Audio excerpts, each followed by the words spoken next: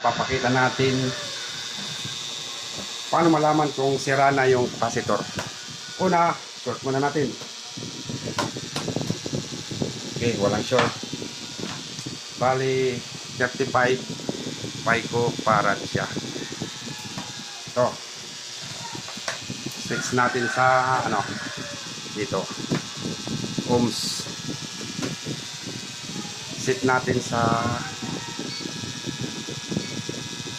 F, yun o. Dapat nakasit siya. O. Test natin.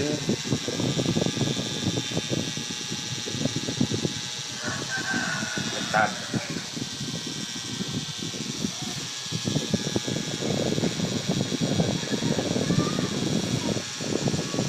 Wala na. Ito na lang. 2.2. Balik rin natin.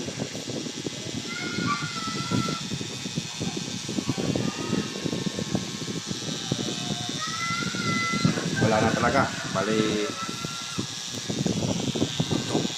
dapat kasi 35 siya.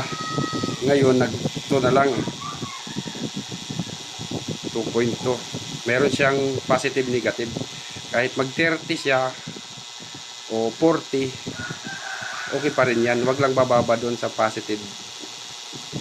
Dito yung ano, yung 5% niya, may positive negative 5%. Magkano ba yung 35%? 5% ng 35. Ano na lang yan.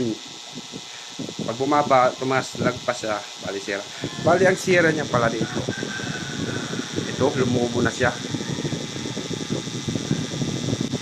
Bali pinalitan. Ito siya. Pinalitan ko siya. Second hand na siya. Pero maganda pa naman. Bali